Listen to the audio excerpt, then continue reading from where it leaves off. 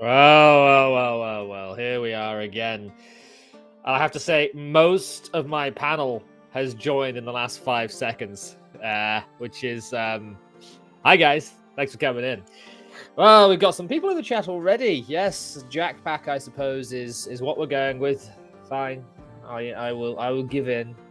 You will colloquially be known throughout the lands as the Jackpack, despite the fact that I despise the name. Who have we got? Obviously, the Modwife is in the house. Hello, Modwife. You okay, Modwife? You good? You good there, Modwife? Yeah, Modwife is good. Is that what I said? Yeah, she's fine. Don't listen to her. Noble Shield, welcome. We got Teddy. Hello, Teddy. Ultra American TTRPG. Hello. The Amazing Gaming Productions, who I think might be giving my Grandest Champion a run for that title, because he has been sharing absolutely everything I'm doing. Mate, I keep seeing you promoting me. I really appreciate it. Perhaps we should have a chat about maybe getting you on for a stream to talk about your setting and books, because I don't really have time to look at everyone's stuff. I barely have time to do my stuff. But I think we should probably have a better look at yours, because the artwork does look quite nice. Who else do we have? We have Heretic. Hello, Heretic. We have Shell Backbow. Hello, welcome all. If you can spare a like and a share, it very much helps us out. We are currently live on YouTube, Rumble, and X. And I know you don't come here for me. You come here for the people that I mooch off of for fame. So let's get someone in first. He was here actually before everybody else. He's not been on for a while, at least not since we've got the new layout. It's Baby DM, who hasn't lost a character in a while. Hey, well, man. Greetings, one and all. I am Mr. Baby. I'm here to go off topic with everyone else. It's Mr. Dr. Baby to you, sir. Master now. Time's passed. Dungeon Master. So you've managed to not die for a couple weeks now. Your streak of deaths has come to an end for now. Yeah, I'm hoping to change that. Can't be having that. Yeah.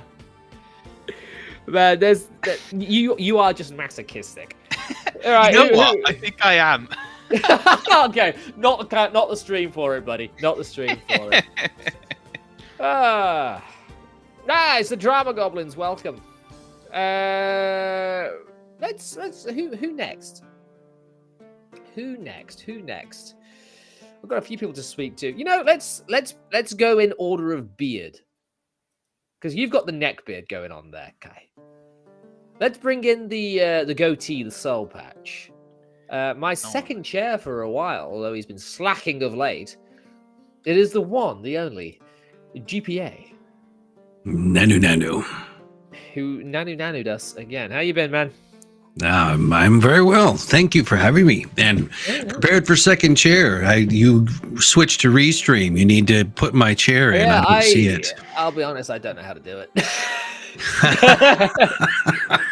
And Restream is so much better than StreamYard that I've not really had the need, because I can just see everything all at once. Yeah. It's pretty good. Yeah. It's pretty good. I mean, it looks good. Looks good on this end. It's also a hell of a lot cheaper. Which is why we have this, because it's just better for us. You are coming in very hard. I'm going to put you down a little bit. Let me turn this. No, I got you. Don't change anything. Oh, leave it alone. Don't touch. I turned my gain down too late. Right. Here we go. Who's next? Is that better? Should I get down in here? Is that better? That's very well. Thank you. I appreciate Just that. do some ASMR video. Roll the dice. Roll them. Who have we got next? In order of beard, we have the artist for the Demons in 5th edition, and something about that might come up later on. Returning after a long absence, it's Richard Witters. Hello. Who is everyone's favorite guest. No, we got the favorite guest. Hold on. Here he is. It's Winston. It's Winston. He is the vicious mongrel that people that don't like the video will be fed to. I've trained him to kill. Has he spent much time in Piddle Prison lately? No, he's been doing pretty good. and it's warm. It's warmed up outside, so So he goes out there instead. Is he the Yes. kind of dog that if it's snowing, he'll look outside and go, nah. That kind- Absolutely. Yeah, Yeah. If yeah. it's raining hard, he puts 1 foot out the door and then he pulls it back and he's like, nah, pass. Did you like the red eye glow Winston on the thumbnail this week? I like that, actually. Yeah. Hellhound. The hellhound. The Hellhound. Right. So again, going in order of greatness of beard, he might be feeling a little blue. So hopefully this will... This is a terrible segue. It's Cerulean. Hi, Cerulean. Greetings, travelers. Oh, I've got my logo in the way. I'm going to put Cerulean up here because he's slightly lower down than me on the camera. We'll fix that in a moment. How have you been, my friend? Again, it's been a couple of weeks since you've been on. Indeed, it has. I've been fine about everybody else. Well, the answer I usually give is, yeah, I'm fine. It is everybody else. So it's... I'll be honest, guys. The last couple of weeks has been a slog for me. Really, really a slog. Like, work has just been hectic as hell. We're definitely into the busy season now. And there's so much going on that I don't really want to get into in my personal life in terms of good things, but big things that take a lot of work. But I'm just shattered. Usually the wife and I go to bed about midnight-ish. I've been getting into bed about 9:30, 10 o'clock, maybe 10:30. I'm just so beat by the end of the day. But hey, we're not here to complain. We're here for the midweek fantasy fix. And you know what's very fantastical? Dragons. Dragons are very fantastical. Here's a brass one. Nah, they're not. They're the most mundane creature you can possibly imagine. They are when they use brass as their material. True. Not very unique at all. No one's No? everyone thinks that idea. How's your week going, Brass? Is it just as tiring? No, it's actually going really easily, really like smoothly. Zero issues, no drama. I'm going to bed when I want and getting up when I want. No problems here at all. Excuse me. Was that sarcasm? It sounded like Slightly. it. Hey, don't mind me. Just choking to death. Do any of you have Revivify? Maybe some True Resurrection. I might make use of that later. I've showed this off. There are before, no but, death saves in 1E. Today's current shirt is Red Sonja. Look at that. Ooh, I like nice. this one a lot. Very nice. Nice. If you die on stream, like choke or something, do we just keep going? Do you want Yeah, us to- just ignore me. I'll eventually get back up again as a revenant to go after Brad. He would have wanted the show to go on. Mhm. The show must go on. Right. It does. So, like I said, I have had a complete and hell of a time the last couple of weeks. So I had no idea what I wanted to talk about. So I reached out to the audience. I reached out to my ex-followers. You can follow me over at X on @LostLostScholar. And they have given us... hey, Jeffrum's in the chat. And Aaron Lind, hello. They've given us a lot of lists of stuff we can talk about. And you guys have also given us a few topics. I've put a few in there as well. And so welcome, ladies and gentlemen, to the Wheel of Doom. And I'm going to go ahead and put the Wheel of Doom on screen. There we are. Dun dun dun dun. Dun, dun, dun. Who, someone's gotten kicked off by the Wheel of Doom. Cerulean's gone. The Wheel of Doom has done away with Cerulean. We'll try this. There we go. There we go. So, we have... I don't think anyone could throttle you. Your beard would protect you. It's true. It's magical. So the Wheel of Doom is going to tell us what we're going to talk about. But hold on. Here's a question from the Peanut Gallery for you all. Well, it's not the Q&A session yet, but we'll take it. Playing sci-fi RPGs with a military focus without a map. Theater of the mind. That's not a question, that's a statement.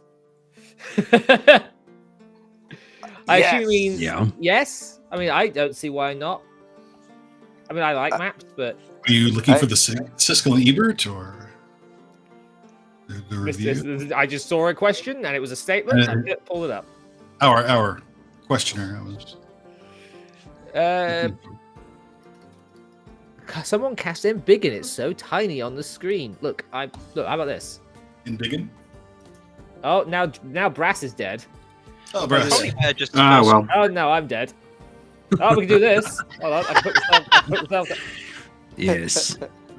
This is the Jack randomly mashes buttons show. Right. While Drama Goblins figures out how computers work, we'll have a spin of the wheel. Just put it on the wheel.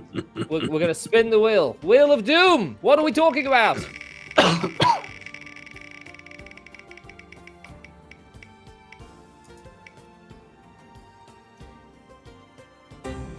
Did that come through? Did everyone hear that? Yep. Oh, yeah, that looks familiar. Yeah, this is one of yours, GPA. Do you want to go ahead and read it? What is canon in fantasy? Why is it canon? Who has the power to make or remove canon elements from the fantasy world? Hello, Dean. Yes, who does? In fact, do you want to start with your thoughts? Because it's your question. Well, I always thought that, obviously it's what's written in probably by the original creator. And then, it's what we're going to follow along with the world. So then why it's canon, obviously, I mean, that we've got it's in there because that's what the creator intended. So, but there's also other aspects of why things become canon, because when you get into who can make canon and who can't, we had, just look at Star Wars. We had Star Wars, and now everybody can be up in arms about what exactly is the Force, what exactly is this, what is that, blah, blah, blah, blah, blah. Who gets to say? Does it have to come from George Lucas? And what do we do when we don't have the OG creators anymore? We don't have Roddenberry. We've got his son. But does that mean that we have Disco, excuse me, is canon? Probably not. Does it? So there's lots of discussions and debate about it. It's interesting to think about. And when I was coming from that question, I thought, of course, there's multiple rabbit holes you can go down, but I was still kind of on world building. I've been trying to get a video up about world building since our last discussion, and need to get that finished. But it's the thoughts that go through your mind while you're creating, like what is going to be canon, how do things operate, and why do they operate the way that they operate? And hopefully they're probably pillars of your creation that won't get changed, might get changed, and also, of course, we should avoid the other rabbit holes of culture war type stuff. Is it's canon now because that's what they thought modern audiences wanted, blah blah blah. No, let's not go there. You can have that debate on some other show. This show is specifically about, is it canon that Yoda always says things backwards? He does, or that you've got that up. Is that just Yoda, or is it his whole race? Who knows? Right. And who gets to say, and all that kind of stuff. So we can let the debate rage. Well, let's start from the top, because brass dragons love to talk. So, yes, that's very true. What do you think, sir? It's a very difficult question, to be honest, because on one hand, technically, the Rings of Power, as shit as it is now canon. Why? Because the Tolkien estate, or whatever, whoever owned the IP, has decided it's now canon. But on the other hand, most people, that's a general statement. General statement, but I would say most people that I know despise Rings of Power so vastly that it would never be canon to them.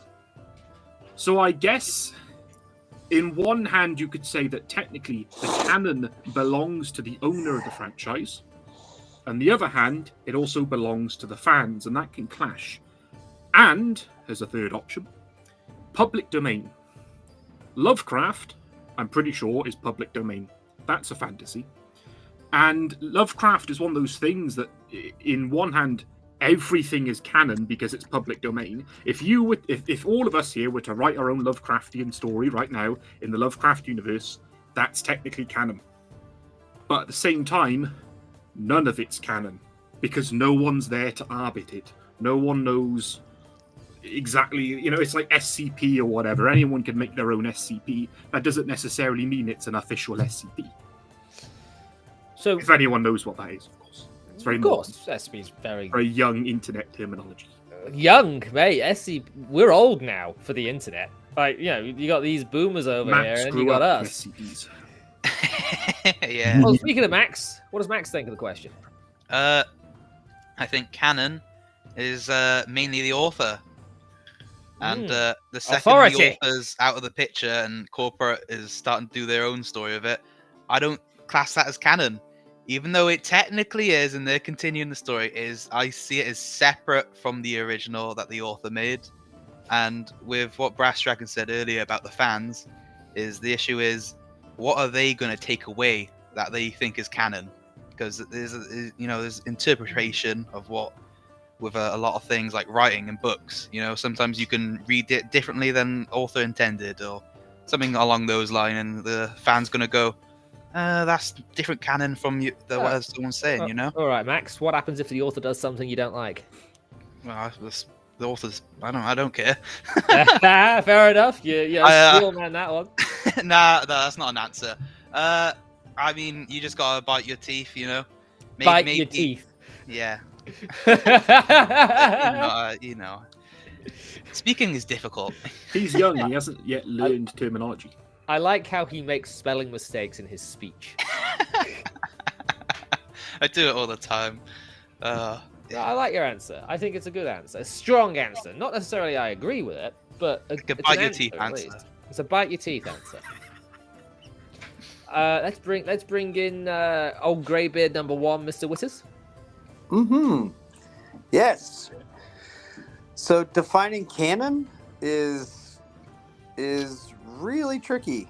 But I would say it to me it goes to the original source material. So if you took the first 3 Star Wars movies, you'd see those as canon. And the things they alluded to there. But then you get the weird thing, like when you get to the later movies and you get to metachlorians. And then you get that. Yeah. So I think all of it could be canon. It's just whether the canon sucks or not. And when you're creating something, it can be, you have to be really careful with what you say. This is how this works, because you can ruin the canon. Another one I think of is, this was years ago, where they kind of mapped out Wolverine's actual origin, where it's like, here's where he grew up. Well, this was pre-Weapon X. Oh, like he's like back in the 1800s and. Yep. Yeah. Yep, and things like that, and I was sort of like, yeah, you probably should have just left that as a. It takes away from the mystery of it, makes it less cool. Yeah. Yep. But you can look at that and say that's canon. So yeah, I guess you can look at the canon, but it's that thing, like, what does the author or the owner of the work, whatever they put out is canon, because when they make it, it's like, this is your official product. But the audience, though, they don't have to accept the canon. Well, as Michael Dale has literally just put in chat there, if the canon sucks, it's not canon. Yes. Yep. Exactly. Next greybeard in line. So, first of all, Richard took what I was going to say. Midichlorians came to mind, and there's your original author, your original source for that, deciding to ill-advisedly define the nature or the mechanics of the Force. It was he based all that on Eastern philosophy. All right. A lot of Buddhism in that. There's And midichlorians in Buddhism. No, there's not. Which is the And point you're that's about the to problem. make. Yeah, they are. So,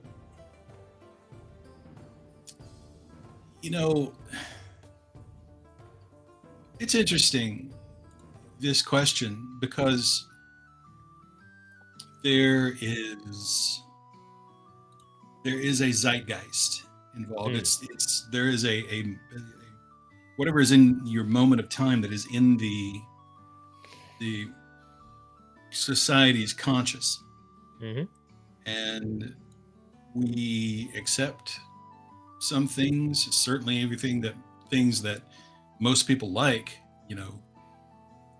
that's okay, this is great, and then something happens and something gets created and a lot of people don't like it. Is it canon? Is it official? Well, I guess if whomever has been quote unquote graced with that authority, be it the author of the original material or someone who's been, by contract given the right to play with the IP, that's one thing. But like in the case of Rings of Power, people who hold the rights can make dumb decisions. And if the wider public rejects it, then I would make a case that it's then not really canon. Because if this thing is going to live in the memory of people for decades to come, the part they liked is what's going to stick around. So in the long run, we make the canon. Interesting point of view. Does anyone else just love how considered and well thought out everything Cerulean says is? Like, you can see how everything like processes and then is delivered with such gravitas. It's a beard. The beard is the one speaking. He is a man attached to a great beard. Except Wiz stole his answer. He puts the Y's in wizard. What are you saying? Hey. You're saying that the beard is like some sort of magical filter? It's stocked with midichlorians, so he's making the beard saying beep, beep, beep, beep, beep, beep, beep, beep, beep, beep, and it hits the beard and filters out into, well, it says that we make the canon. What? Good job there, Jack. I like I could it. not have man. explained it better. I could not have explained it better. So, I have a bit of a curveball take. Well, maybe not so much. Because we're all missing what the word canonicity actually means, where it comes from. And in my mind, that dates all the way back to church history in particular, when they were deciding the books of the Holy Bible. And the Holy Bible is not 66 books, it's 73 odd or whatever it is. During the Council of Nicaea, the church fathers got together and they decided, because the churches around the Empire of Rome have been taking different books from different areas as Holy Scripture. And so it was decided that we actually need to hash out what is the church's agreed upon Holy Scripture. And we came out with the Catholic Bible. Sorry, Protestants. And they decided that was what was canon. The funny thing is, all of the original authors of what is in the Holy Bible, as we know it today, did not know they were writing canon scripture, or as the church would call it, canon scripture. So that means, Max, in regards to your point, the author could be writing something and not realize that it's canonical to anything. But I think it's well agreed on that when an author writes a story, not the inspired word of God, when the author writes a story, that story is from their mind and therefore canonical, because they are the grand overarching source of it all. So maybe my analogy falls apart a bit there. I would actually say that the canonicity of a thing can end with an author's mistake. R.A. Salvatore is an author I very much enjoy. I enjoy R.A. Salvatore a lot. The latest of his works that I read was The Orc King, and that starts with an honest-to-God KKK reference. Because apparently people killing orcs are likened to members of the KKK. They get out the white robes, the pointy hat, everything. And that's where I kind of draw the line and go, you know what, Mr. Salvatore, this ain't it. The rest of the book is okay, but it begins with this prologue where Drizzt is stopping the KKK from killing orcs, which is just hilarious to me. I'm being damn serious. Go read the prologue to the Orc King. Right down to the raiments. So there is it's either an elf or a half elf character who's a magic user. Yeah. And there is this cult-like order that they are in that kills orcs. And they take out the white robes and the white pointed hat, and they reverently kiss it and put it back into the chest. And that's when Drizzt goes in at them and says, I know you belong to this organization. R.A. Salvatore's old. He's going senile. We can no longer... So that's what I mean. Well, he has also gone on record now as saying that he doesn't like what he wrote about Drizzt back in the day because it disagrees with his now modern sensibilities. So I would say that the author has the ability to leave his own canon behind. Maybe it's slightly different in terms of Mr. Salvatore because he's writing in a world that is not his. He's writing in a Greenwood's world. So who knows? Maybe multiple authors going into a thing means that canonicity becomes more like my Bibble talk. You know, I think it is. Oh yeah. That if it's the original author or if it's a different author or different creator in terms of like Rings of Power, obviously wasn't created by Tolkien. If they have lore or story that contradicts what was previously in that universe, I would say at that point you don't necessarily have like it doesn't make the old stuff non-canon. What you now have is a divergence. You've now got alternate universe Lord of the Rings with Rings of Power. That is not just because the Rings of Power says that certain events happened a certain way doesn't mean that the old version that Tolkien wrote is no longer canon, is no longer true. Yeah, it's just a shit alternate timeline. It's a divergence. It's an alternate timeline. It's a new canon. It's a new take on that thing. Just like when a superhero in a comic has a new edition, it's still Spider-Man, regardless of the volume, but it's completely different canons depending on what series you're looking at. Very, very good. Does anyone have anything else they want to say on this topic before I bring up the Wheel of Doom again? Well, I was hoping that someone was going to go there, and Brass Dragon alluded to it because, as you know, I'm a large proponent to peace and goodwill in the gaming space. Part of that has been coming at culture wars. Part of that is coming at version wars and coming at all these different reasons for all the nerds to go completely to war, which, of course, you know, we don't do in real life because what would that look like? Cheetos flying across the game table and lots of flailing. And I don't know, man.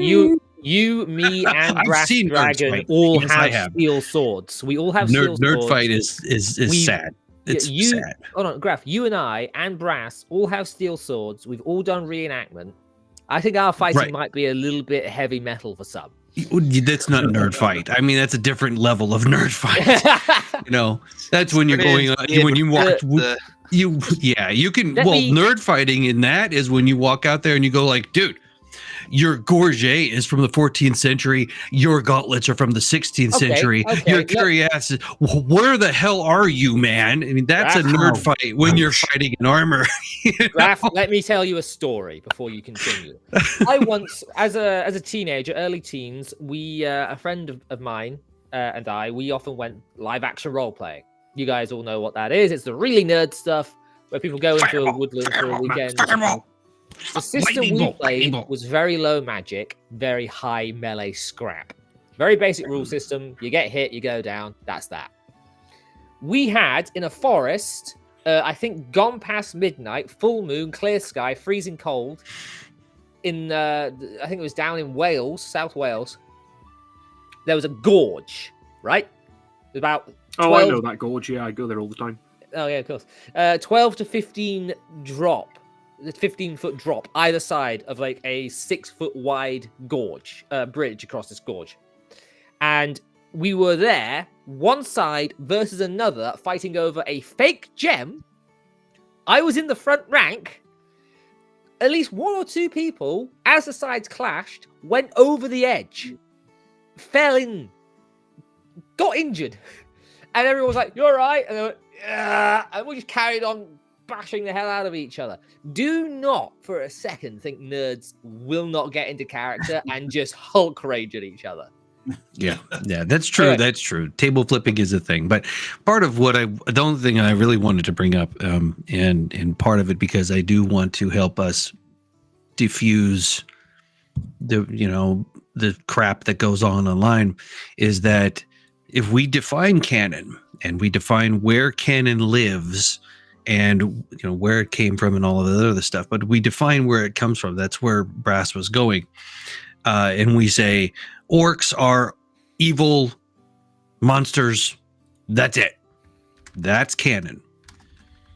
In 1EA D&D, in Lord of the Rings, in a lot of the other stuff. So it's like, we can all just agree, what are we playing? We're playing 1E. Okay, then this is canon here and now, because we're playing this, and there we go. And there's no reason to have the version wars of orcs are evil. No, orcs are people, because that's canon now. Because WotC says, "Oh, this is the new canon," blah blah blah, and all this other stuff. It's like, no, just keep them completely separate. It's like a nice tray. You've got your peas in one little dish. You've got your carrots in another little dish. They don't touch. So that was the last bit that I wanted to bring up about ideas of canon. And then also everybody keep in mind, canon is also legal definitions as well. So when you're thinking about that, just kind of keep it in the back of your head. So that's okay. That's a nice little bow. Anyone else? Max, Cerulli, and Richard, you guys want to say anything more on this question, or shall I spin the wheel? Just one quick note about RA, because GPA brought him up.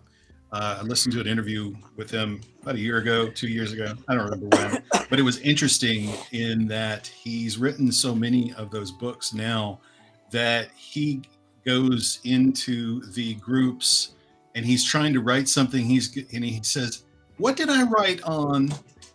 And there are people who know. He doesn't know. He doesn't know all the canon, but there, of course, are super nerds.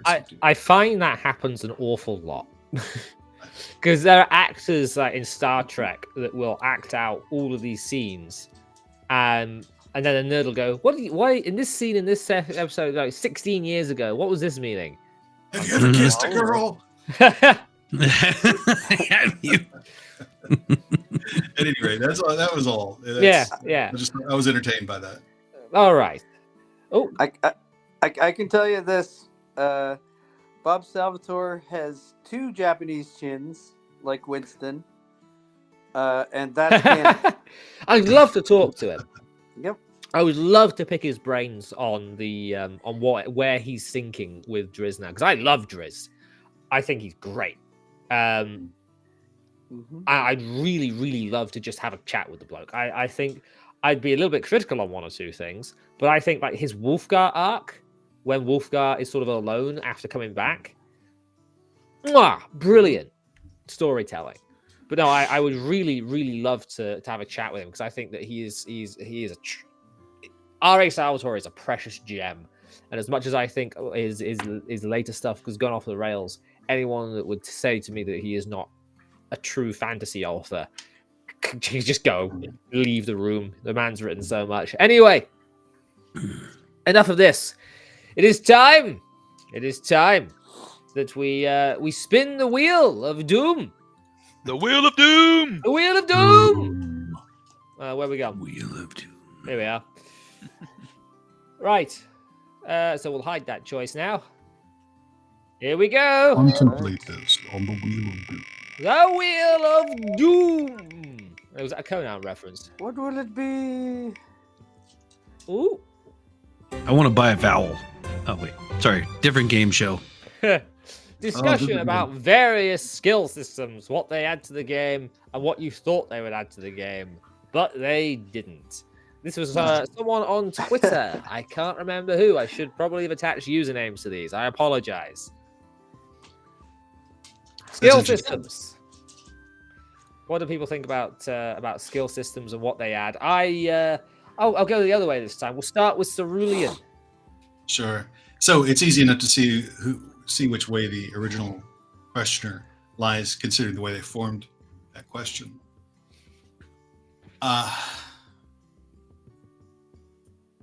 Yeah, there needs to be I was thinking about this today. This is interesting. There needs to be a way to make canon, if you will, when things that characters are good and not good at. So let's take cooking. I'm just pulling something out of the air, right? And so somebody's, making the breakfast for the crew, which are about to, drop down into the dungeon, and they make something that makes everybody sick. Everybody's got a -1 on their con checks for the next 8 hours. That's actually mathematically significant, right? And so now it matters that somebody can't cook. In fact, that they'll might put something together that really sucks because they have some sort of a really, really bad skill of cooking. Why, nothing like that would ever happen in my game, because all we do is just, find the next monster and hack it down. I don't care. The thing is, characters are going to we need a way to compare characters between characters, given certain skills, certain things they can do that they are better and less, better and worse at than each other, in my opinion. And because it makes a better game, in my opinion. Which game that you have played then would you say was the best skill system? Because I think that's where the original questioner was coming from. GURPS 4th edition. Oh, that was a quick answer. I'm not familiar. Why is that? Generic universal role-playing system. It is a skill-based system. There are no classes. There are no levels. I like classes. You are a set of skills. That's your character. The skills that you choose to put some points into, you have quote unquote like proficiency with it. You can put a half point in it to say, I know something about it. You can put multiple points in it and be like a world, renowned level, again, cooking chef. You could be Bobby Flay or somebody. That's it. That whole system is based on nothing but skills, right? Of course, you have stats. Yeah. We all have that, right? Inherent aptitudes, but yeah, that you don't level up to become a better swordsman. You get, through role play, you get more points to add to these, to your skills, and it's extremely well thought out. Extremely. It's if you have not taken the time to look at that, and you're serious in any way about this question of game design, then you're selling yourself short. Even if skills in games are just dumb, or even if it's I don't think anyone's saying that. Even if it's just skills in D&D, and I mean, they're out there. I've listened to one of the creators of some of the earliest modules that we know of say, you can't come up with a skill for every different skill that it's like he pretty well get close. I think 3.5 did it well in terms of having sort of an overarching skill which could then be broken down into others, like knowledge brackets, craft brackets, trap, that kind of thing.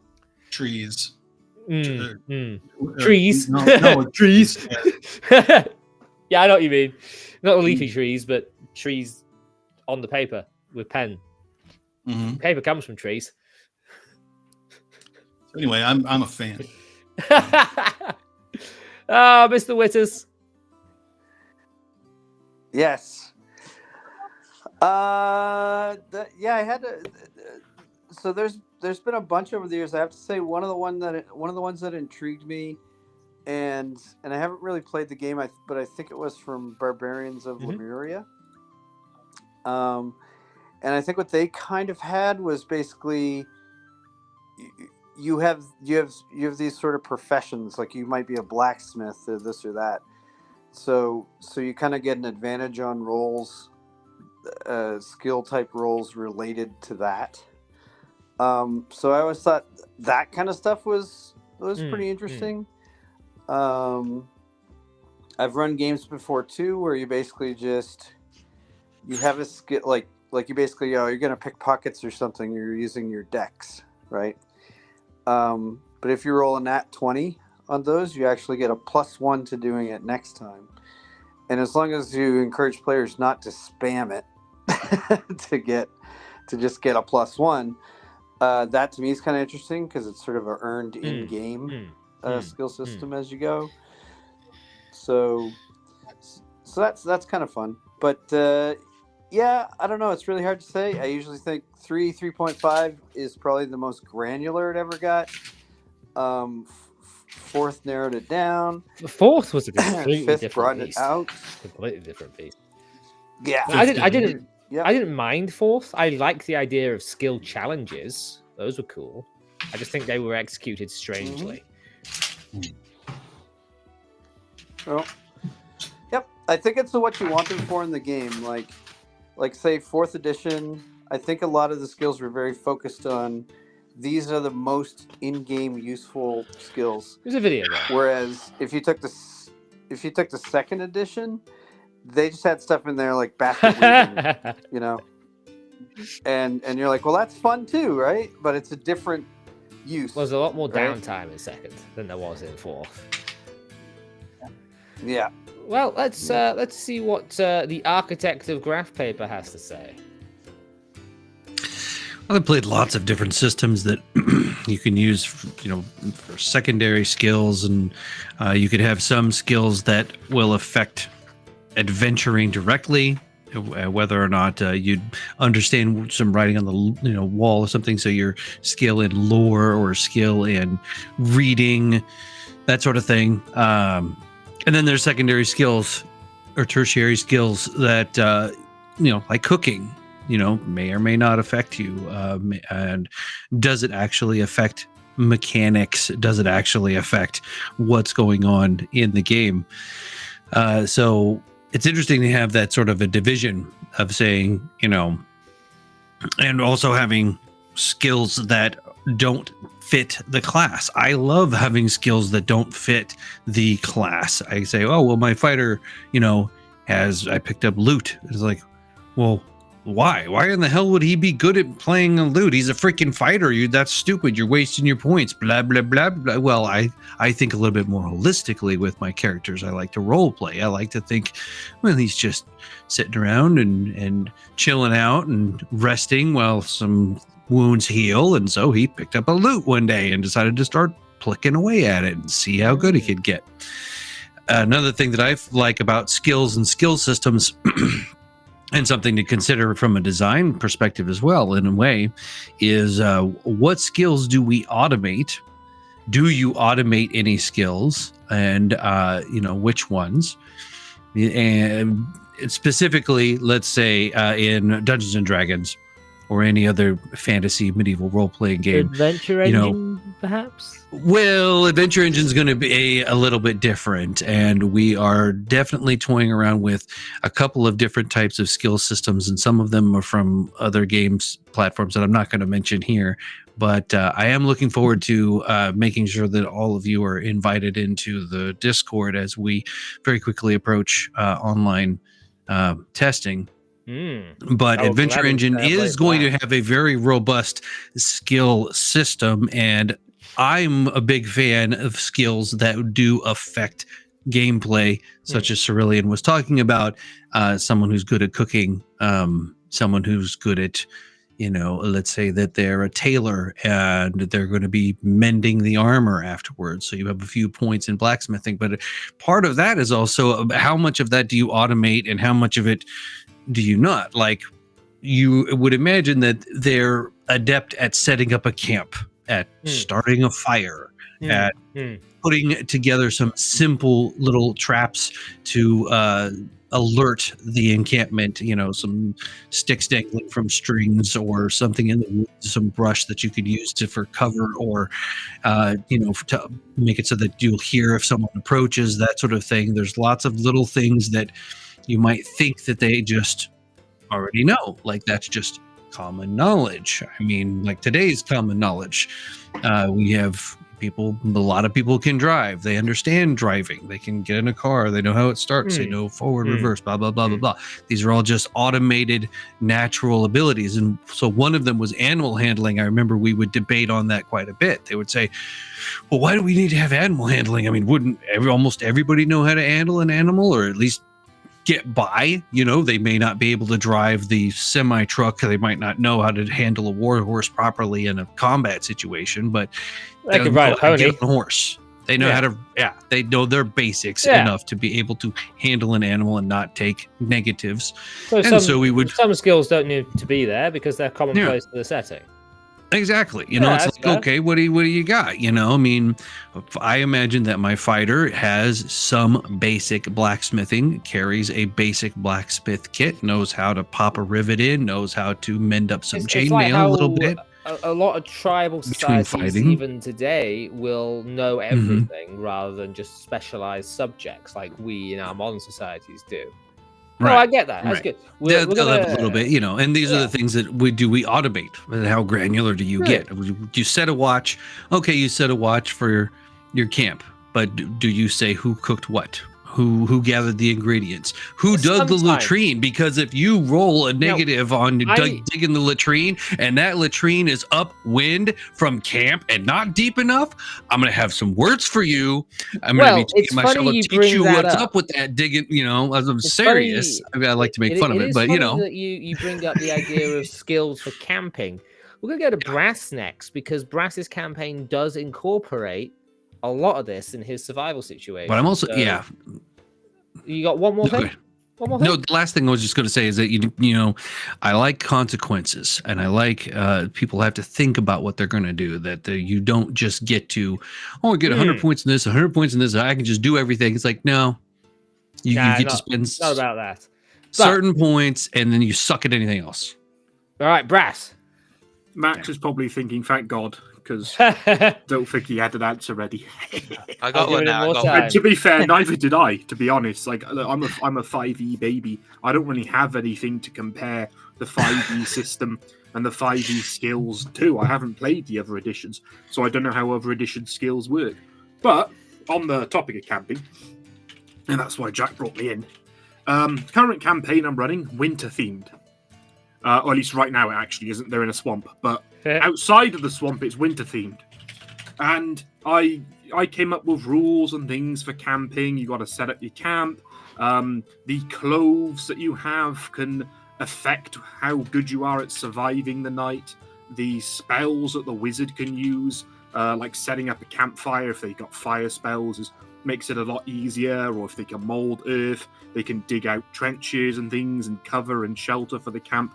And all these things just kind of provide a bonus to the roll. And at the end, everyone rolls a constitution check to see if they avoid frostbite, essentially, for the night. And if we have a ranger, which we no longer do, but when we did have a ranger, the ranger could go out in the wilderness and hunt for some food. And if they bring back, like, let's say they roll really well in their hunt, they would bring back like a deer or something really good that's going to fill the whole party up for the whole night. And this is, they're going to eat in excess that night, and it's going to, again, bolster their constitution. If they roll low, maybe they just find a bird or a rabbit or something that isn't going to quite fill the party, and so they only get like a little minor buff. Will they at least have some taters for that Coney? Only if they can find some potato. But yeah, I mean, like as I said, I'm a 5e noobling. You're just a fake fan. So like when people are talking about other editions and their fake skills, gamer girl, all I know is the 5e. And to be fair, what I will say about 5e, there's some stupid shit, like how religion is an intellect or intelligence skill, even though the two most religious classes in 5e or any D&D, paladin and cleric, don't use intelligence, and therefore will on average have a terrible religion check roll, despite them being the wizard characters. But the wizard comes in and is like, yes, I know all about this religion. Stand aside, cleric. You know nothing. But I guess at that point it's up to the DM to just be like, hey, look, you're a cleric. You would probably know this or have advantage on your roll or whatever. Well, the funny thing is, 3.5's knowledge brackets, religion brackets, I don't know, helm would fix that. Well, we're not playing 3.5 yet. But I suppose it depends on how much the player wants to actually lean into their skills. So, for example, Jack's previous character, Arthur. He was a fighter, but he was dexterity-based, so he was basically the party rogue. And he would obviously sneak ahead, he would stealth, he would sneak, and he would lockpick. He's doing what a rogue would do. He's opening doors, he's disarming traps. Meanwhile, the rest of the party kind of stand back and just let him do his thing because they haven't really got a lot to offer. Or they don't really think of anything their character can do. The wizard has many things. There's a lot of things a wizard can do better than a rogue. A wizard can open doors, locked doors, better than a rogue can. Mm-hmm. But because the wizard's like, I just want to cast Fireball, I don't really care, then, the wizard's not really implementing any skills. So No, you're not wrong. Max? Okay, I can't exactly relate this to D&D, but skill systems that I like, it would be like old school Fallout, where in the dialogue, if you have the intelligence check or some other like stat check, you can do unique dialogue. Now, what I really, really like is that if you didn't have the stats, say you got like the lowest you can in intelligence, you'd get very, very unique dialogue. And I like the option of being bad at something gives you something new to do. Boy, do you like being bad at things. It makes things more interesting. You little masochist. Oh, Silas the Archer catching the stream for the first time over on X. Welcome, sir. Welcome. Glad to have you in chat. Yeah, that's all I have to say. That's all you had. All right, we'll move on. But before we move on, I want to shamelessly plug myself because, guys, we've been doing this for 8 weeks now, and the stream is steadily growing. Live viewership remains the same, but each episode actually gets a lot of rewatches and more likes that way, which is fantastic. We're approaching the 500 subscriber mark over here on YouTube. We're actually now getting donations in on Rumble. We are growing still. I would like each of you, especially those of you I see every week, and I do appreciate you coming in, to not only like the stream, get the link, send it to one friend, and ask that friend to subscribe to the channel over on YouTube. It really, really helps. It costs you nothing, and all it does is make you look like a fanboy, which you should be proud to be anyway. But no, I would appreciate it. It would very much make doing these things worthwhile for both myself and for Modwife over there, as we put a lot of effort into these, and hard-earned pounds as well. Hard-earned dollars goes into this show now. That's why it's all pretty. Have we made $1 yet this stream? Has anyone donated $1 yet? Not yet. Oh my god. I know. Just Gotta the keep the anger profit from that margin side. up. Disgusting. Right. Before we... oh, no. It is time for the Wheel of Doom. It is time for the Wheel of Doom. Oh. Well, that's not the Wheel of Doom. That's some fan art. This is going to be in the merchandise shop. well. Teddy is making so many of these. I think I am going to have to open a merchandise shop. That's lovely. I appreciate that quite a bit. Yes, Steam Wolf, do. Liverpool, Teddy Rex is the chap that made this. Thank you very much, sir. Your memes are always praiseworthy.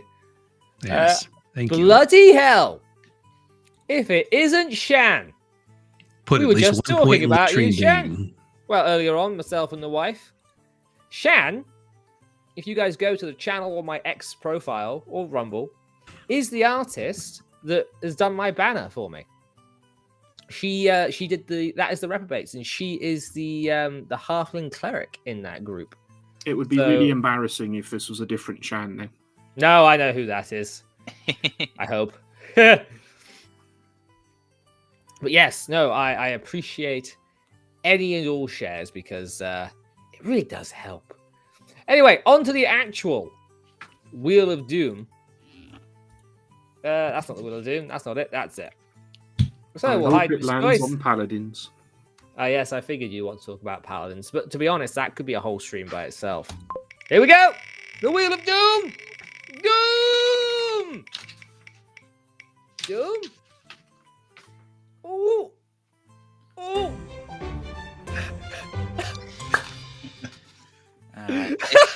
Arian. Come on. Wow. Yes. I did not see that coming. Great.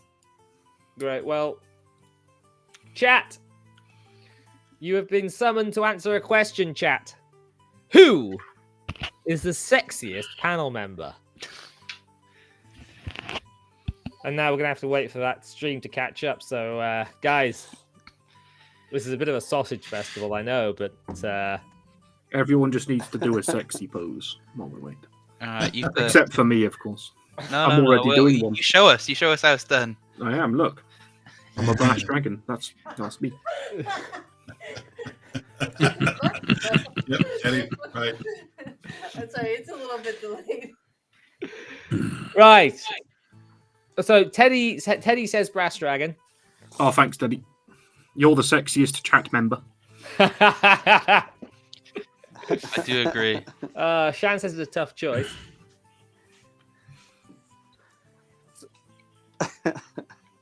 I mean, who would you guys vote for? Oh, there you go. I've got a vote. Brass has a second vote. No, let's see. Realistically, I would vote Jack. Oh, Yeah. your check's in the post. Ayo. Oh, bloody hell! We've got to hold the presses. Hold the presses. Hold the presses. Look what we got. We got a Rumble rant. $5. To think I was about to answer that question when he asked it in YouTube too, and that would have cost us $5. That would have cost us $5. Right. Jeff from Denkar. Friend, you have already beaten the single other donor that I have had by a total of $3. You are our highest donor by a total of $3. Worst class yes. across all D&D. Read the whole thing for me, GPA. Jeff from Denkar switched over to Rumble to give you a well-earned donation. Which I'm assuming is a Rumble rant. Quick question. Which class would you all consider to be the worst across all D&D editions? And what does it get wrong?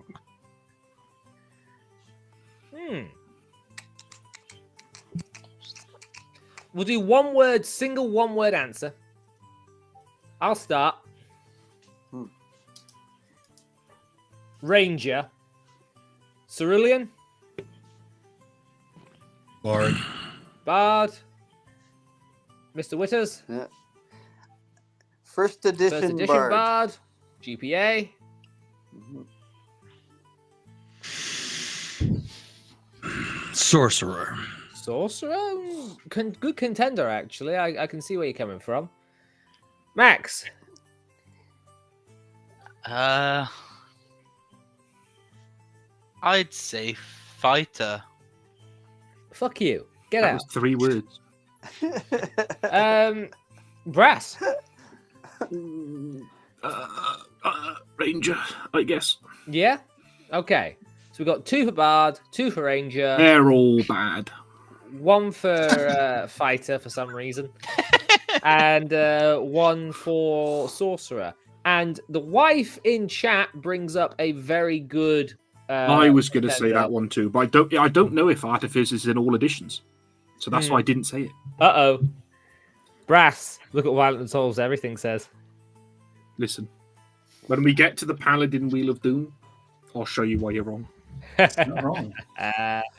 So let's expand on this very quickly. Very quick expand. I say Ranger because despite it being the best class ever, it never actually gets anything that makes me feel like a Ranger. Ranger, people get hooked on the bow too much. They don't get hooked up on the ranging far and wide thing. So I think Ranger, a lot of it at the time, is mishandled. First and second edition Ranger seems fine to me. And then third and 3.5 seemed fine.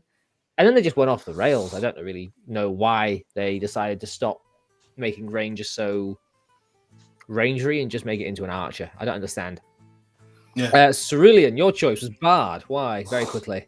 Well, I'm going to go ahead and step on Richard's toes here, but exactly the 1E came to mind. It was really atrocious. I'll let him explain why, but 2, I think pushing here in later editions, pushing Bard into this Jack of all trades? story abuse sex maniac class is just horrid. Yeah. Is that where you're going with that, Richard? Yeah, there was in that first edition one, like I said, there was just such a lot of like you have to take levels in this and levels in this and you these prerequisites you need, and if you really stuck by it and looked at it, it also had the effect of like, I'm glad you other players showed up, but welcome to the Bard game. Right. So we're gonna, because everything is about this one character getting their next thing, so then they can get the next thing and the next thing. So I just found it like really like it was almost like an NPC class like they used to have in the old magazines. Or it's like this Didn't it doesn't come work in from the a game. Dragon? Didn't it come from a Dragon magazine article originally? I'm Am not I getting that sure. right? Like No? I know a lot of Unearthed Arcana did, but this is pre Unearthed Arcana, so because it was built right into the first edition player's handbook. Yeah. And Okay. the whole thing Richard's talking about with the, so many levels this, so many levels that. It's, if you don't understand first edition D&D 2, when I forget if it's like dual classing or multi-classing, because those are both a thing. Different things, yeah. Yes. Yes. And the one that says, "Oh, I'm already a 6th level this, but now I want to be that," and you have to play as that. So you've been a fighter for 6 levels, but you decide you want to be a wizard as well. And so now you play as a 1st level wizard, and you can't use your sword, or you don't get any experience for your wizard time. So that's all. It was very idiotic.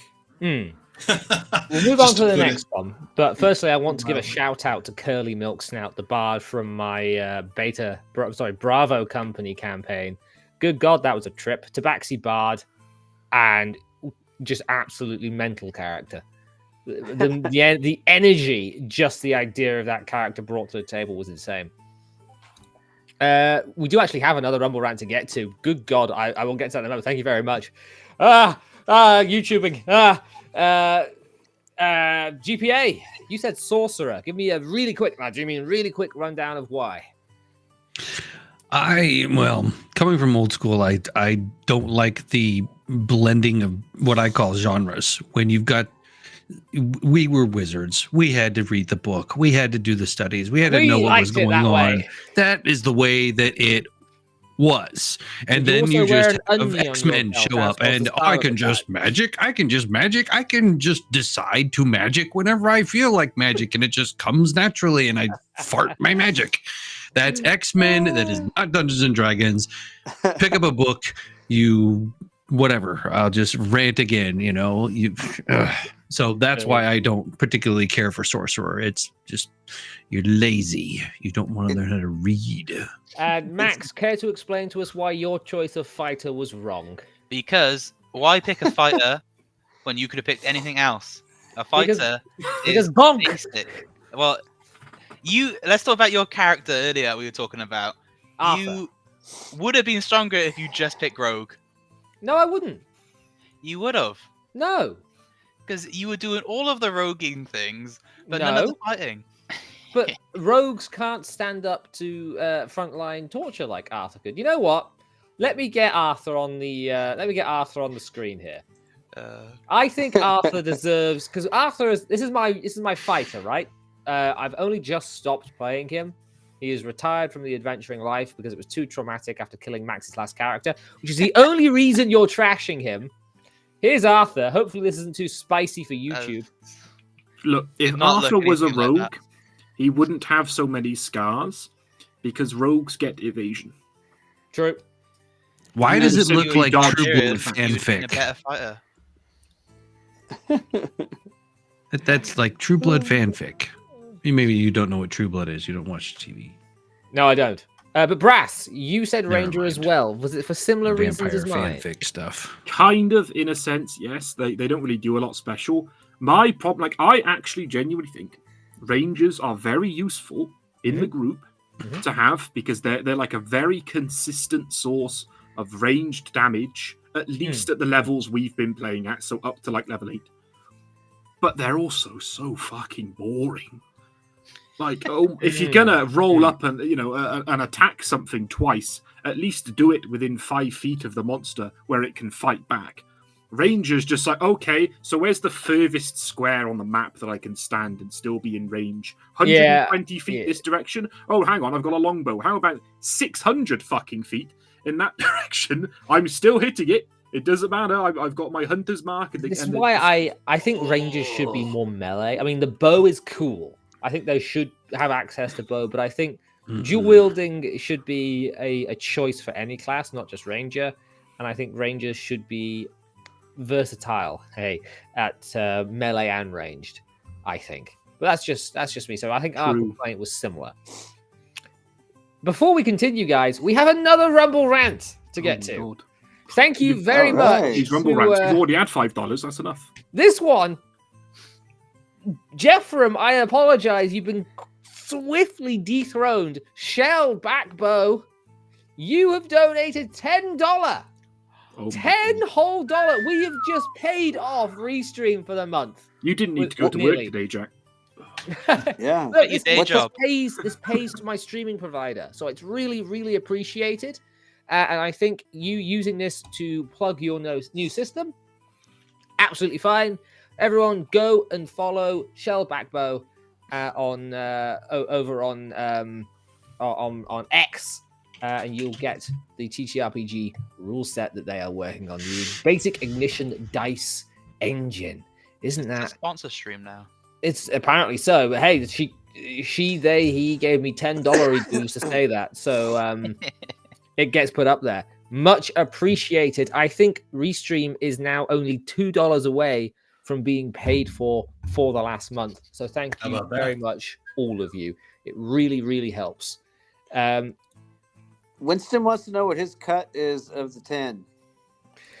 Winston will get it upon my departure of this life into the afterlife, as stipulated in his contract.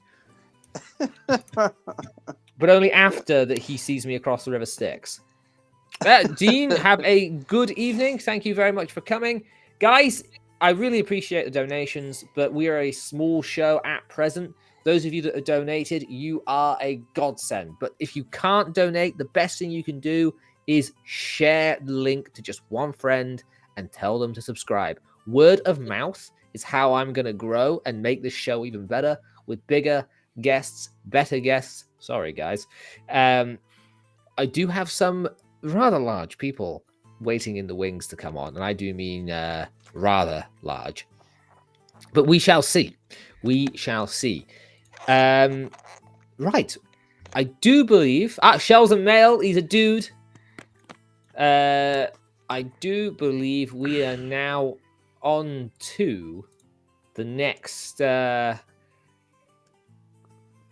of Doom. It's time. Doom. The Wheel of Doom. Right, so we'll hide that choice. By the way, who was the sexiest companion? The sexiest person on the panel? I think Brass won. We actually tied Brass, Oh my god. I believe. And I'm not even showing my face. You're not even showing Just your how face. handsome I am. Fight to the death? He'd win. He's a dragon. Right.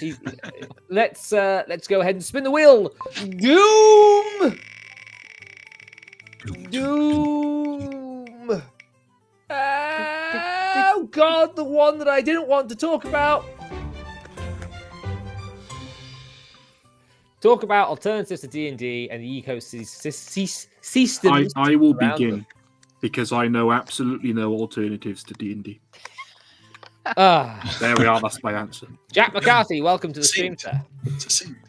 That was a very good answer. The shouting is all about the Wheel of Doom and also people donating money and paying for the streaming software, which is very much appreciated. And you guys need to go and send the link to one person. Do it now. Do it now. Or Winston That is gets shame. it. Yeah, so alternatives to D&D and the ecosystems around them. I'll be honest, guys. I am completely captured by Dungeons and Dragons. I have got Castles and Crusades on my shelf waiting, and I'm going to give a shout out. In fact, he's just popped up as I was thinking about this. Tales from Trinity City is awaiting all. If you guys want to go and follow Amazing Gaming Productions over on X, then you'll see more of his quite good stuff, to be honest. He's got some really interesting character ideas.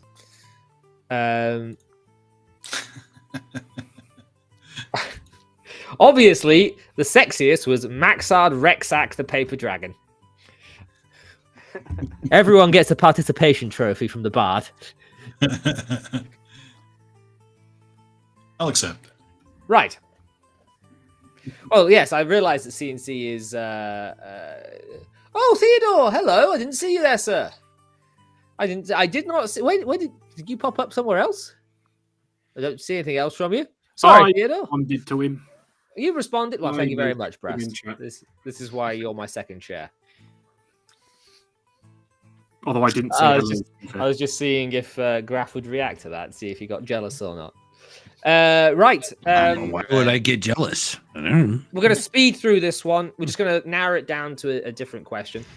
You get 10 seconds to say your favorite non-Dungeons and Dragons TTRPG.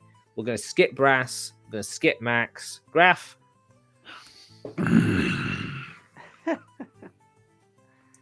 10, 9, Favorite? 7, 6, 5, 4, 3. What? Wait. I've got the One. image in my head. We'll come back to you. Richard.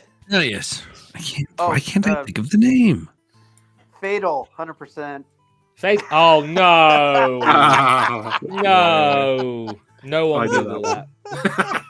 Richard, you've lost speaking privileges. Cerulean? Don't even Yep. know what it is. I'll probably go with GURPS. Yeah?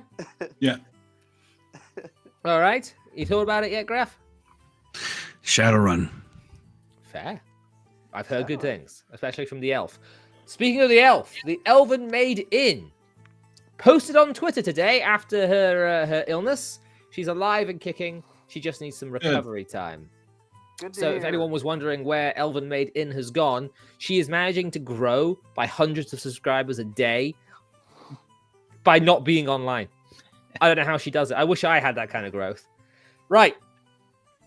Next questione. Because we're going to go straight back to the Wheel of Doom. We weren't going to talk about ecosystems? Nope.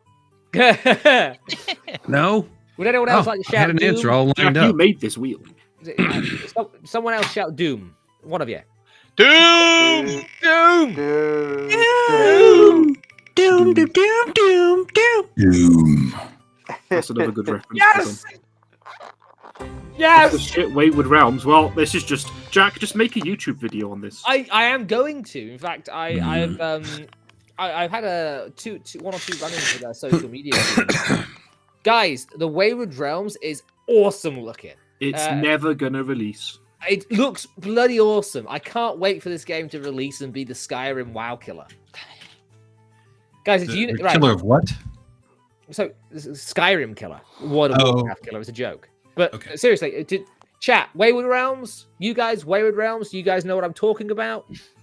Listen, the more Will I you buy the hype that things game up, sometimes? the more it's gonna probably be a failure. It's going to be awesome. Don't you dare tell me that Wayward Realms will fail. Right. Failward Realms. Elder Scrolls 6 will probably release before Wayward Realms. No. Wayward Realms is the two of the main developers, Ted, I can never remember his last name, and Julian LaFay. They made Daggerfall. And I really like Daggerfall, the Elder Scrolls 2. And they are now making the spiritual successor in the Wayward Realms in Unreal 5, using the same sorts of generation systems that are used in Daggerfall. Massive to scale cities, to scale islands. 2.5 times the size of Great Britain this map is going to be.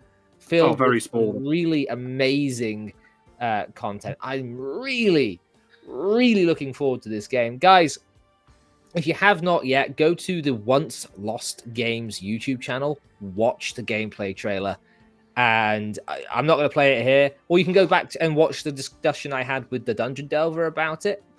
Go and watch that conversation, because the Wayward Realms is going to be the next evolution of CRPG, I believe. I'm really looking forward to it, and I'm going to stop fanboying now, because I'm really looking forward to that game, and it must succeed, Brass. It must. It's the only video game I'm looking forward to. Have you learned I'm not going to to be get dead by the excited for time it games? releases. Oh, Jack McCarthy has a good point there. We should hit that like button. Good God, we have more Rumble rants. Oh boy. Woo. Aaron Lind. Hold on, where's my buttons? I'm YouTubing. Rumbling. Thank you for the Rumble rant, Mr. Aaron Lind.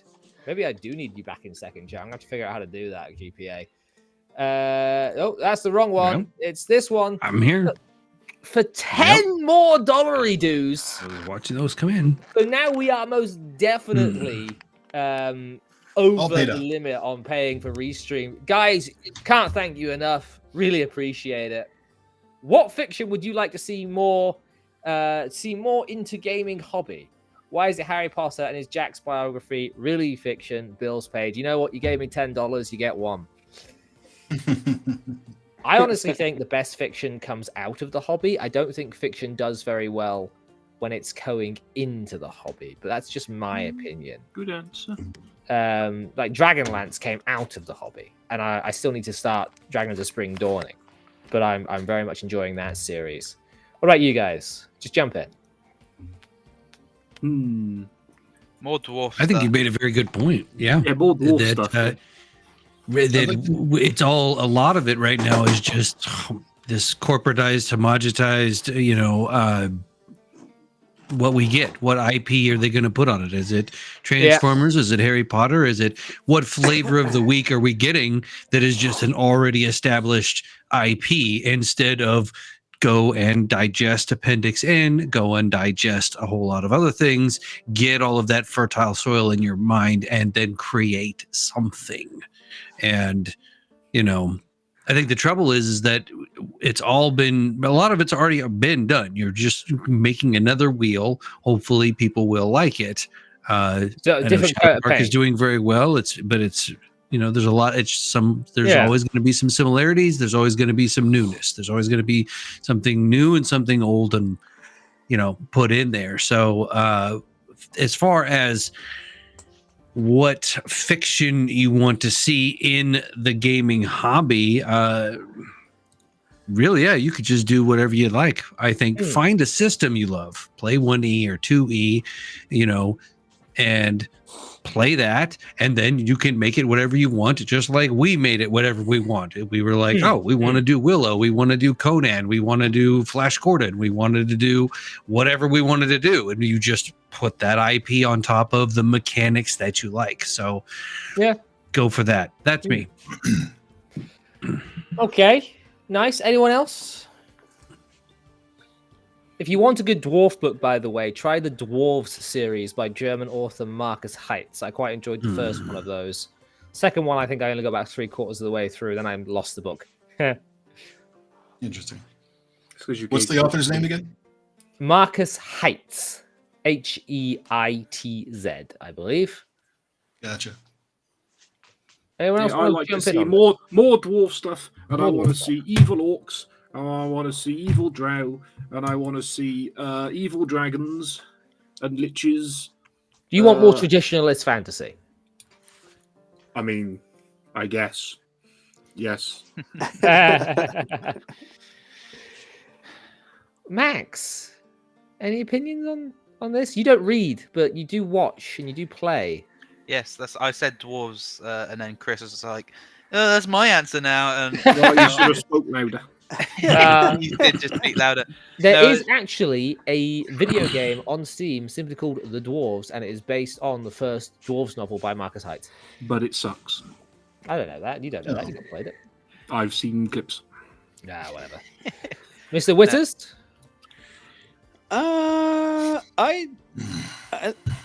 I like me some sci-fi, Get out. It's fantasy in here.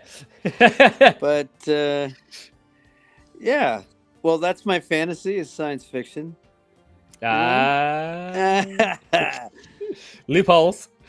Yeah. No, I like. No, it's really hard to say. Like I said, there's a lot of for tabletop. It's hard. It seems hard for any game to get traction that isn't sort of like kitchen sink fantasy kind of thing. But I do like it when games have like a weird twist and the mechanics kind of twist and fit with whatever the game is about. So yeah, it's a little tricky to sort of say what fiction would you like, because you need the game to back up the fiction too, right? Agreed. I agree. Yeah. Call it Cthulhu. Say that's a great one. Mechanics and it goes into it. Yeah. That's a good example. I hate to move us on so quickly, but we have more Rumble rants. I think I have to bail out actually. Yeah, no worries. Do you want to quickly plug your stuff and tell people where they can find you? I got nothing to plug right now, but if you want to come see me on X, I was out for a little bit because I had a horrible bronchial problem that I think I've solved. But I am back now and doing stuff, and I'm gonna post some drawings tomorrow. Yeah. So yeah, well, you can go and find. X. Yeah, I put your link in the chat there, so people can just click on that and go find you. All right. Or let's be honest, people here probably already follow you. This is a good bunch. But it was great talking with you guys. Most of you, one of you, I'm totally against, but the rest of you are awesome. Good to see you, Richard. Thanks for joining us, my friends. You have a lovely evening. Okay, bye-bye. Bye-bye. Bye. Well, yeah, as I say, we have more donations. I really, really, really appreciate it, guys. The next one coming through is Jeffram Denkar once again. Trying to retake that crown. He is. He's coming in for $5. So I think he is now edging the lead, very much so, actually. He says, let's get you paid up on Restream, good scholar. An alternative to D&D I like is Palladium Fantasy. Currently, I have 6th level peasant traveling the world to become a witch hunter after some adventures. That's cool. I'm not familiar, Mr. Jeff from Denkasa. I am not familiar. Do you? Any of you guys ever play Palladium? I've not. I've been What interested in it for a long time. I got a number of source books, Palladium produced source books. Classic collector's pieces from ages ago. Well, whatever you just said just managed to murder GPA over there. You all right, man? Well, Palladium, I will have to try and get my hands on one of them at some point, now that it has been brought up to me. And the next Rumble rant waiting is for Heretic of Ethics. Heretic, thank you very much, my friend. Where are you, Heretic? You're around here somewhere. There you are. Heretic says, for $3 dues, just wanted to throw a few dollars at you guys for doing all you do. Keep doing that thing. Also, have you played Monty Cook's Numenera setting? I have not. I've never heard of it until now. You guys? Never Heard of heard of it. I've heard of Heard it, of but it? no. No, played it. Something to look up then. As think about doing these sorts of shows and talking to everyone like this. Is I realize as much as I think I know very little. There's always more stuff to find and do and read and play, and it's such a wide, broad, and deep ocean. I very much love this community. I love how creative everybody is. It's That's right. Yeah. fantastic. Let's see here. I do believe we are now all caught up on Rumble rants. So we'll give the wheel one more I was going to say, I spin, thought I heard Yeah. someone. Doom.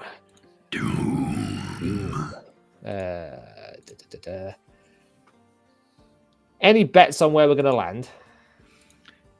I bet on black. Why? Yeah, 17 black. Doom. Hang on. Oh, we might Never actually. lose. We are. I We got never it. lose. Yeah, look at that. Ah, there it is. Right, I knew this was going to come up. Right. So you know what? This is now the Brass Dragon stream. So True. Brass, what Listen. makes a paladin?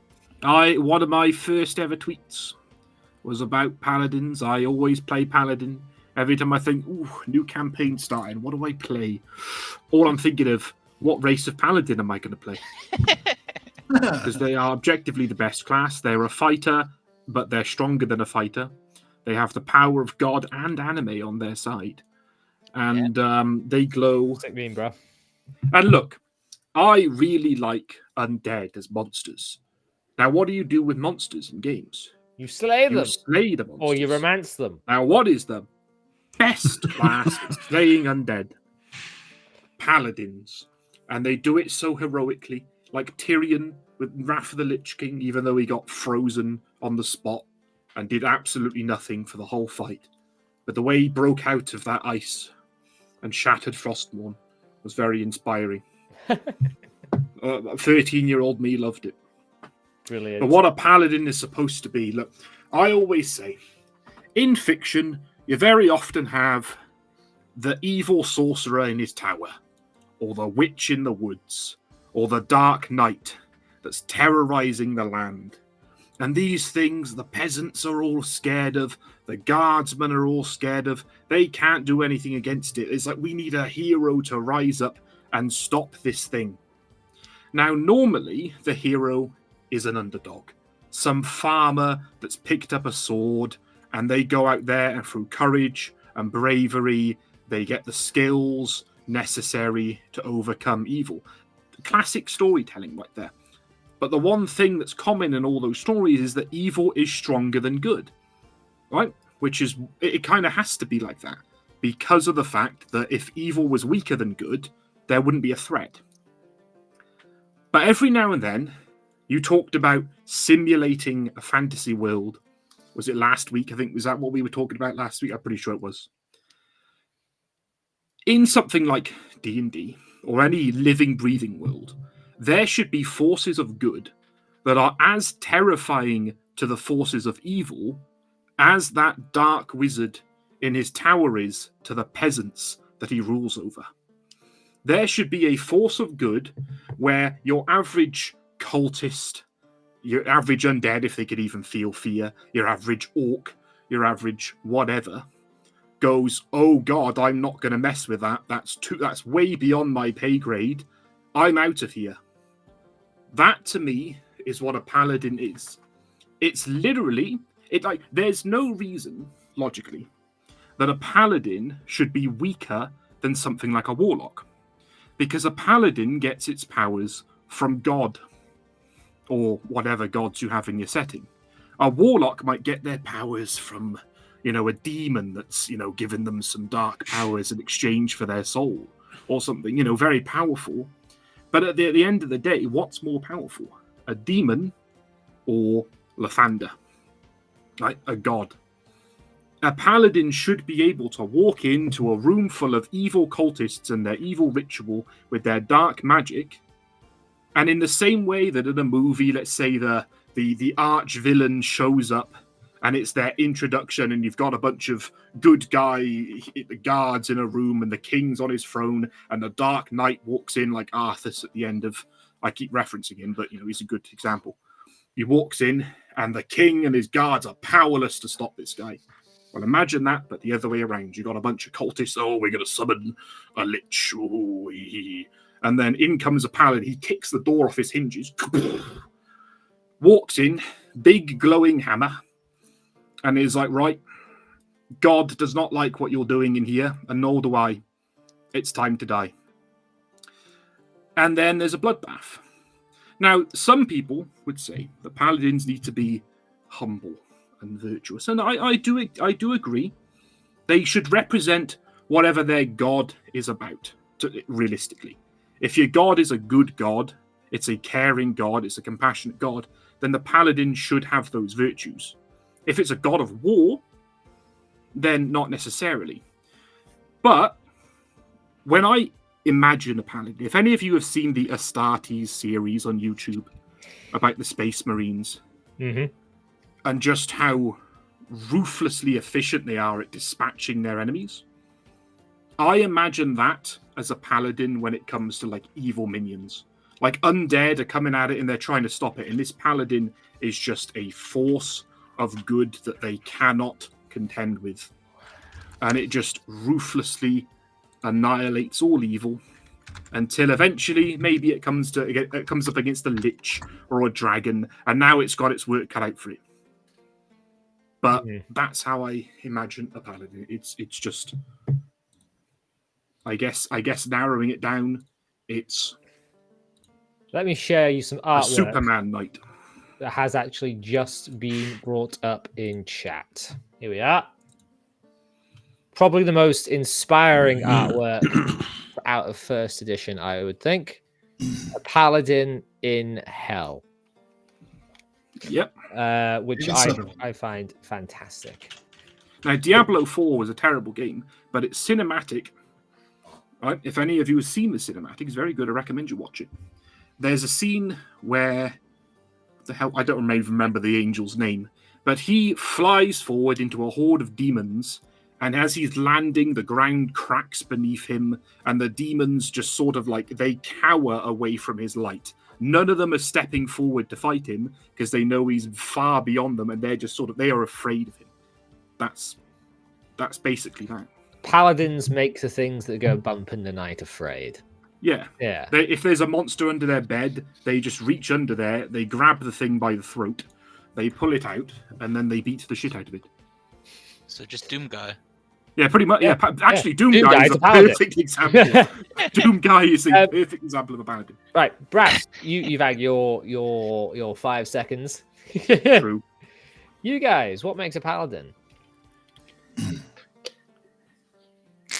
Don't all jump in at once. There has been a debate that rages off and on around X. Yep. About whether or not, about where does a paladin's power come from? There's the school that says it's of divine origin, and then there's the school that says it all comes from their oath.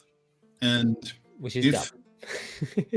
If you want, if you wish to make it canon in your campaign world that when people take oaths, not just paladins, but anyone, that those oaths have power, then I see paladins being able to do that, right? But without any form of,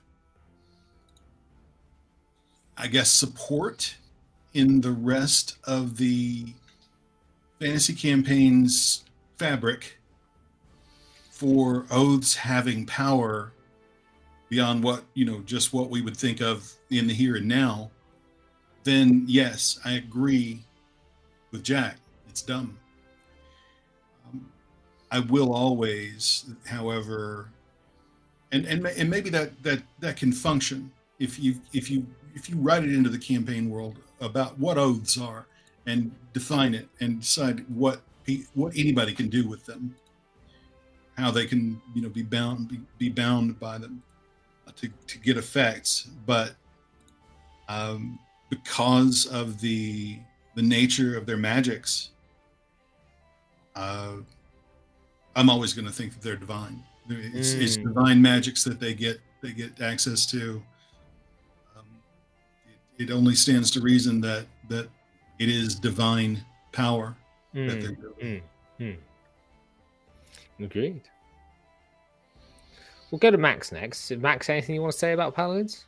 Yeah, being a paladin is about sacrifice.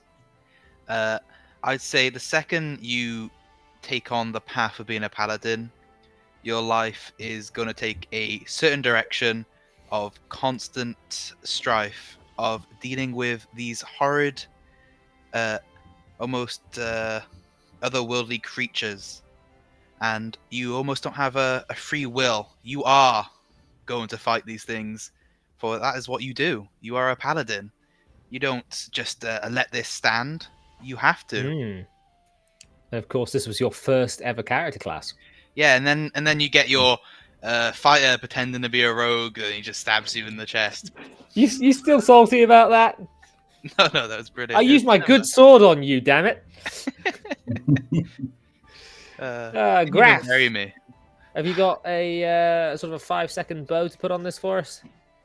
5-second bow? No, I was cooking up a couple of minutes actually. 10 seconds.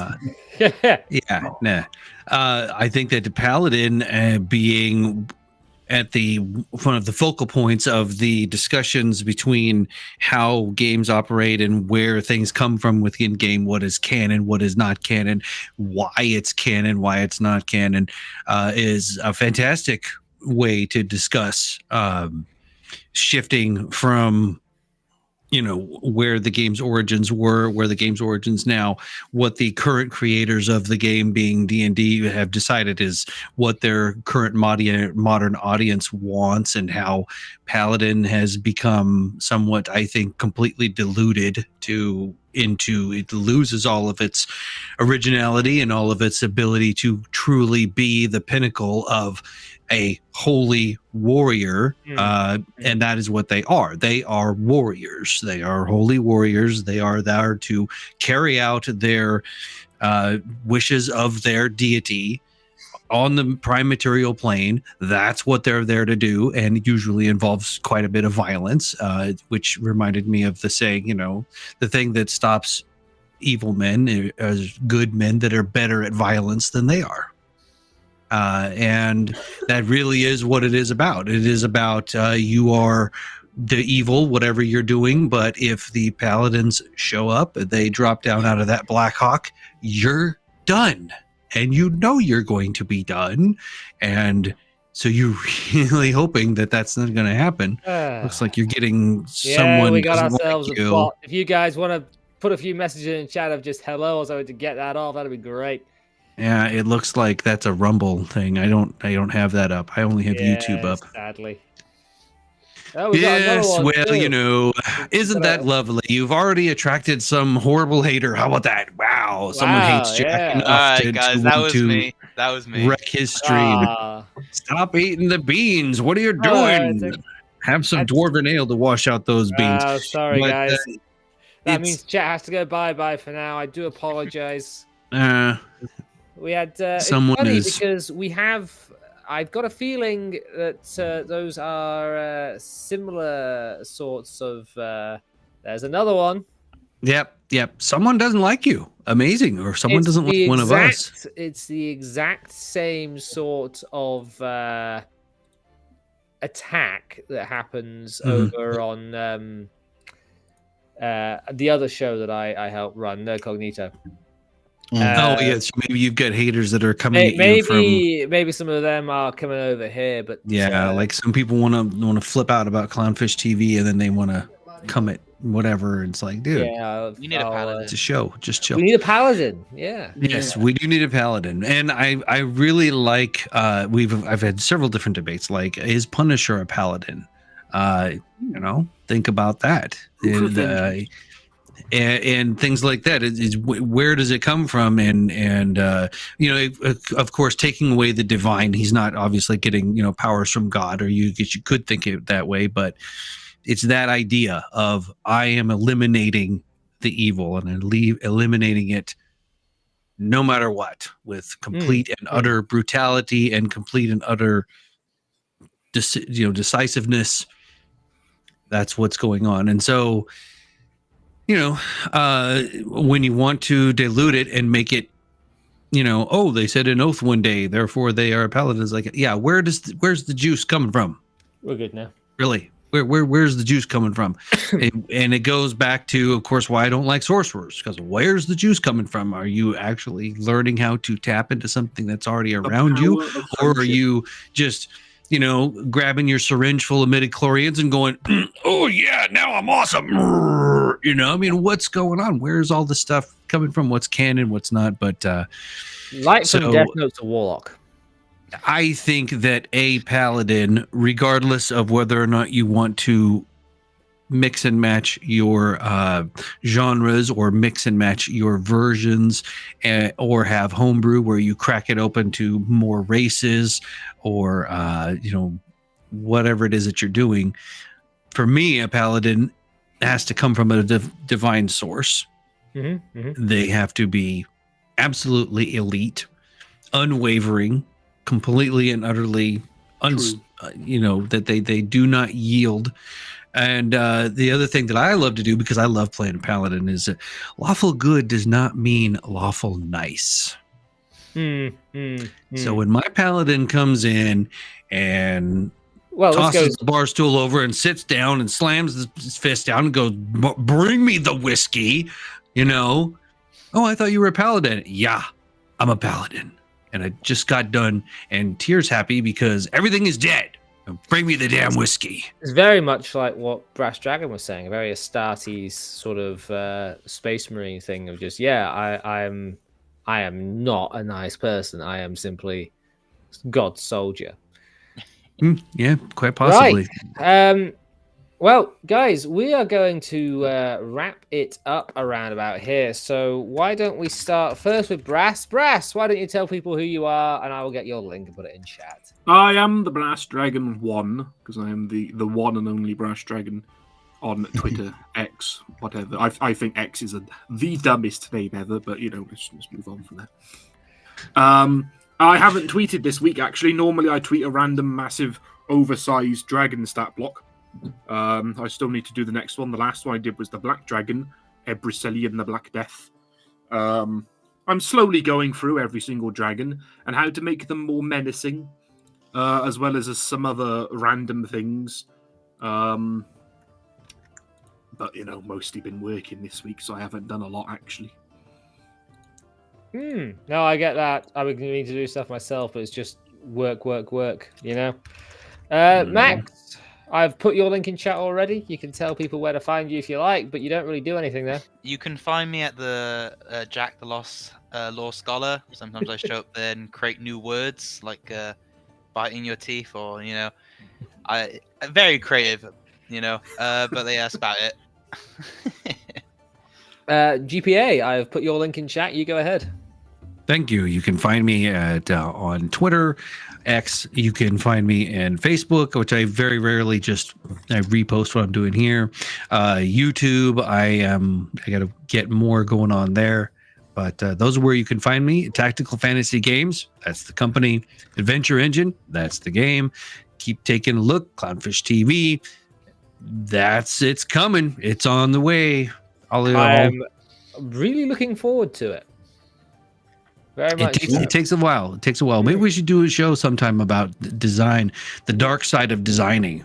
If you want. I mean, there's so much more to it than people get, and it's like I do a semi-regular Friday stream. Maybe we could get together on a Friday, just me and you, and I'll something. Yeah, I gotta. My schedule is tighter than a frog's butthole right now, so I will see what I can come up with.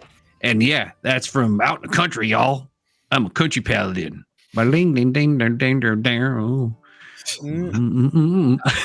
I said don't donate.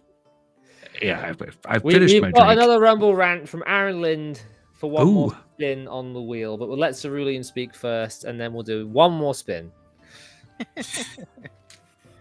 I am found, of course, it's in the chat, Cerulean_Rex on X, the Cerulean Rex on Facebook, just Cerulean Rex here. YouTube, if you're there, and next week, not this coming weekend, but the one following, if you're planning on going to Lake Geneva for Gary Con, you see me walking around, walk up and say hi. Are you offering like touches of the beard for donation? Maybe just a smell. Beard bite. Or a sniff. Am I encouraging gambling with saying, yeah, if you want us to carry on? Only beard fans, what are you doing? Right, someone say Doom. Doom. Wait a minute, don't we have a Rumble rant? This is the Rumble rant. You wanted us to spin the wheel. Oh. What I thought the Violence Solves Everything had questions. Oh, it's who was it that asked this? It's one of you guys, wasn't it? Cerulean, was it yours? It's not mine. No. Who was this one's? It might have been the gentleman that left. Mr. Richard. Withers. No, it wasn't Mr. Withers.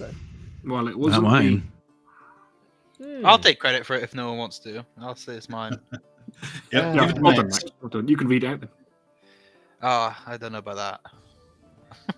Oh, yeah, How you do just- you run a mystery when the characters have magic that can solve the mystery in 10 seconds? You each have 10 seconds to answer. We're going to start with me. You just wait until you're entertained enough. That solves the mystery. Mr. Rex? Just, I don't know. 10 seconds is not long enough. I have not figured this mystery out. Hey. Architect? You're the dungeon master, so you're now. All of your party is now in a magical dead zone. No magic works. Solve the mystery. Talk to the dog. Yeah, excellent decision. Get the biscuits out. Maximilian? Make it all mechanical and doors locked behind the player. Nice. And the Brass Dragon? False Hydra. Yeah, that's a very good way of doing that, actually. For those of you who don't know what a false Hydra is, look it up. Welcome to hell. Try running it. I ran one. Half the group wasn't there for it, which that was all part of the false Hydra's design. Right. Thank you very much for watching. Please do like the stream, share the stream, tell it to one friend, blah, blah, blah. It's been a fantastic show. Thank you very, very much for the donations. Those of you who have donated. It really helps a lot, actually, because it justifies my financial investment in this channel. It really does. Thank you very much. Boys, say goodbye.